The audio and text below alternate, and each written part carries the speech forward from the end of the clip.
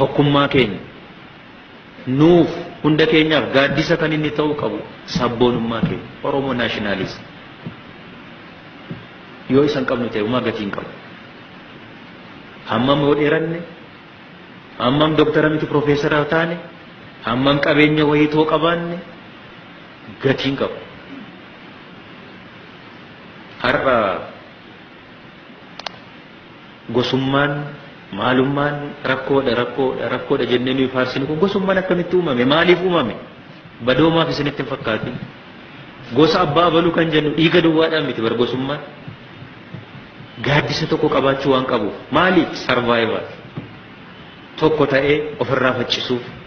tokko ta'ee falmachuuf iddoo rakkatetti tokko ta'ee wal gargaaruuf wal deeggaruuf kanaaf babiraarraa ka'een uumamne gosummaan gosa ebaluu kan jennu kun dhiigaa waa walitti hidhate duwwaaf miti protection survival yoo tokkoon taanu taane tokko ta'uudhaaf immoo motora fuulduratti nu fuudhee deemu kan hin qabnu yoo taane survive godhuu hin dandeenye kana hubachuun barbaachisaa Oromoo naashinaalizim maal jechuudha